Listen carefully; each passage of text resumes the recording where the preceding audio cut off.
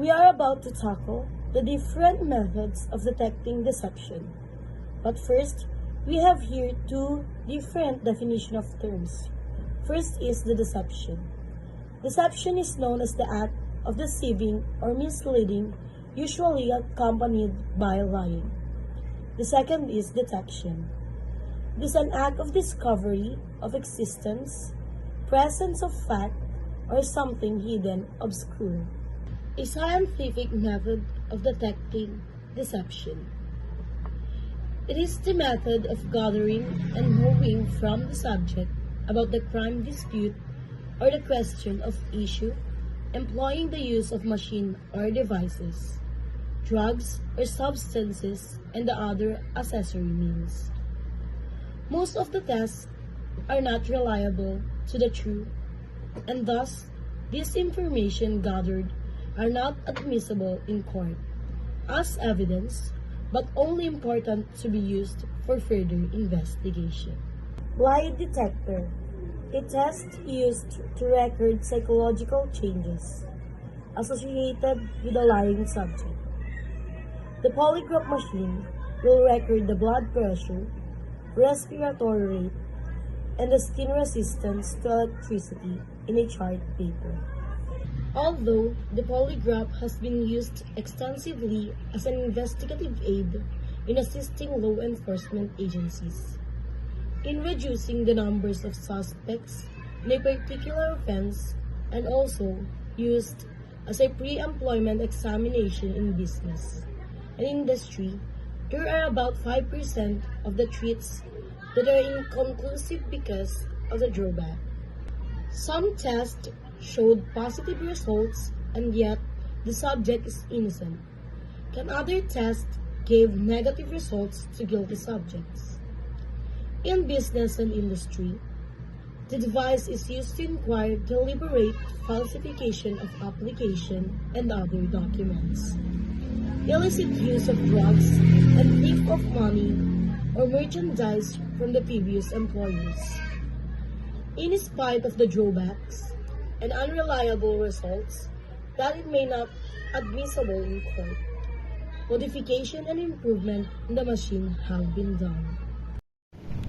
Number 2, administration of truth serum or narcoanalysis. This is a detecting deception method using narcotic or anesthetic drug in order to get information from the subject. From the word truth serum, this is a colloquial name for any of a range psychoactive drugs. For example, midazolam injection. So, ito yung agas nga pampaturog nga sakbay nga maoperaan iti may sa mga pasyente. Drug use or truth serum. So, number 1, hyoxine hydrobromide. So, this is a trouble sickness or motion sickness medicine that belongs to a group of medicines called anticholinergics or antimuscarinics. So, ang ibig sabihin nito ay nakakaramdam ka daw ng pagkahilo o pagkakasakit ng katawan kapag ikaw ay naglalakbay. Tulad na lang ng mga sasakyan kapag ikaw ay nakasakay. At mga bangka, ganun, or aeroplano. At number 2, sodium amytal is a drug that is a barbiturate derivative. So, ito daw ay isang asido na, alam nyo na naman yung asido. Tapos number 3, petotal is an ultra shared outing depressant of the central nervous system that induces synapses and anesthesia but not analgesia. So, dito di anesthesia kaslawa man mo at dati sugat mo no mapangka hospital. Sabay daw mga daitan diya ikan daw mo na ti anesthesia na. Number 4 is Conal and other barbiturates. So this is a depressant drug used to help relieve anxiety, muscles spasms, and prevent seizures. So number 5, methadone. This is a scientific name of shabu.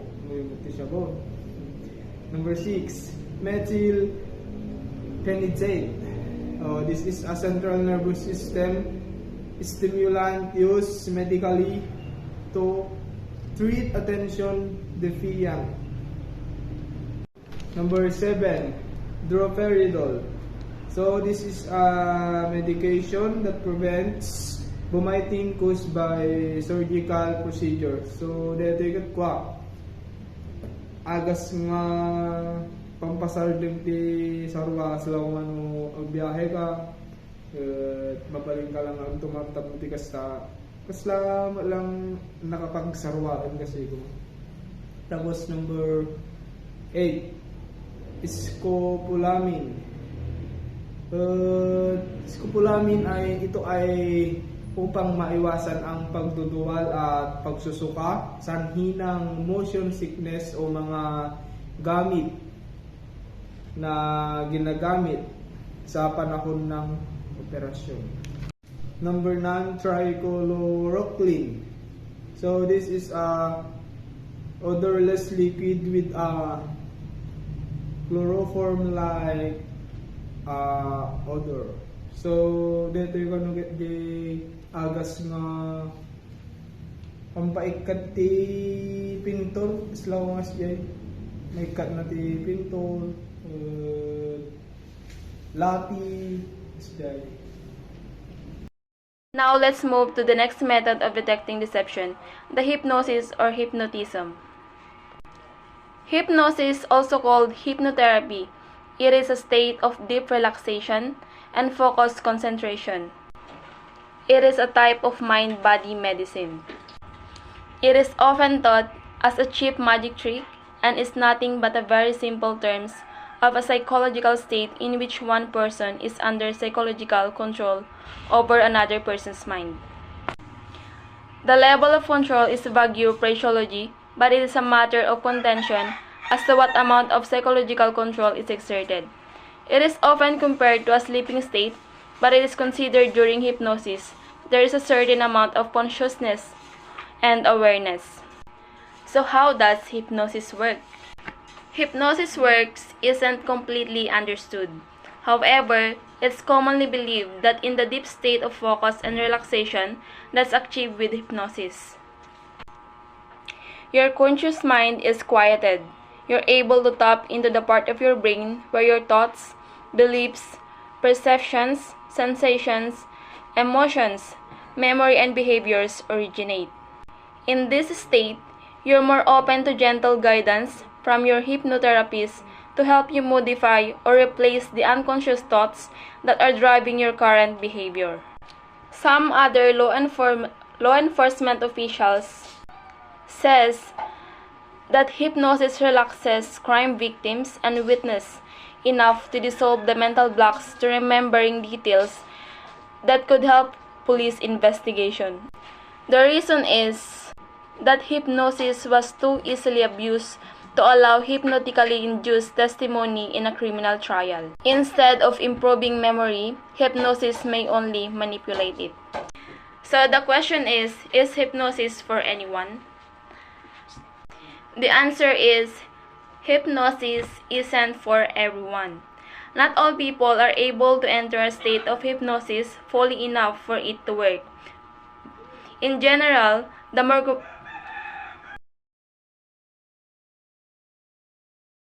we have the 4 stages of hypnotism. First, we have the induction, deepener, suggestions, and lastly, the emergence. For the induction, this is the stage where you able to relax, focus your attention, and ignore distractions. For the second one, the deepener. In this stage, you continue the first stage, which is the induction, taking relaxation in a deeper level. The third one is the suggestions. This is the stage for actual change in experience. behavior, or perceptions. Your hypnotherapist will use imaging and carefully chosen language. And lastly, the emergence.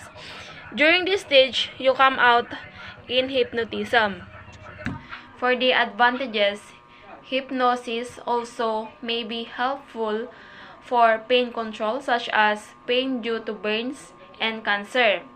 Behavior change. Hypnosis has been used with some success to treat sleep problems, bedwetting, smoking, and overacting, and also mental health conditions. Hypnosis may help reduce anxiety associated with fears and phobias. With disadvantages, we have the dizziness, nausea, drowsiness, anxiety or distress, and sleep problems. Narcoanalysis or narcosynthesis. This is a deception detection method used anesthetic drugs like sodium pentothal or sodium amytal. To get information from the subject, the drug is injected intravenously. The narcoanalysis test is also known as truth serum test. Narcoanalysis is the form of psychotherapy and effective aid to the scientific interrogation. Intoxication. This was practiced by means of drinking alcohol beverage as a stimulant to obtain truth on the part of the subject. The subject for interrogation will be allowed to take alcoholic beverage up to the point of intoxication. Theoretically, when under the influence of alcohol, the power of control is said to be diminished.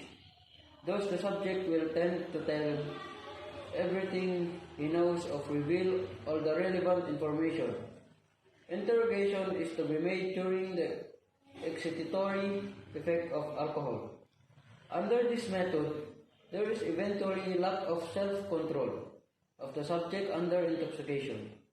When the subject is already in the depressive state due to excess alcohol intake, he will not able to answer questions anymore, and perhaps fell asleep. Confession made by the subject while intoxicated is in a state when truly and exactly even after the influence or spirit of alcohol has disappeared. But in most instances, the subject can recall his utterance or usually refuse to admit the truth of the statement given. What are the methods of detecting deception through regular police works? The police methods used to answer the legal investigative process are the so-called 5 wives and 1 husband techniques, or the 5 W's and 1 H. These questions are used to gain the so-called 3 I's investigation, which refers to the following: information gathering through record check, surveillance, or intelligence check. Example na ito yung gaskot kwa di agpangkag damag-damag kuno di pangkag pali-paliw ti sa nga lugar slash jay. Number 2, investigation through interrogations and or interview to obtain admission or confession. Ito ikot di interview ni suspect na nubra na talaga no saan. Mabalin mo matitek ito na gululbod. Makita mo di mata na no kumita-kita sa bali ko gululbod. Number 3, instrument through criminalistic process which the use of different investigative forensic sciences such as medical legal or forensic medicine, forensic chemistry, forensic photography, forensic ballistics, question documents examination, dactyloscopy and polygraphy or deceptography.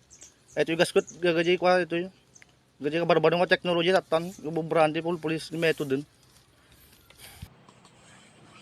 What is the modern method of detecting deception? During the 19th century, Dr. Hans Gross, an Austrian known as the father of criminalistic, defined search for truth as the basis and goal of all criminal investigation. What is detecting deception? Detecting deception refers to the investigative practices used to determine person truthfulness. Dr. Hans Gross asserted that a large part of the criminalist's work is nothing more than a battle against lies. He has to discover the truth and must fight the opposite he meets the opposite at every step. Kat nasawan, ti criminal works kat aduti false information tapno makabar up ji crime nga inaramida. So ji investigator kat dapat nalaing amang interrogate iti suspect tapno ma-uncover ji false information to ensure that justice is served. Throughout the centuries, man continued to experiment with more specific methods in determining truth and deception, with the following scientists who have contributed, known as the polygraph. What is the polygraph? Polygraph is a tool used in criminal investigation, commonly known as a lie detector test. It measures physiological responses like pulse, blood pressure, respiration, and galvanic skin.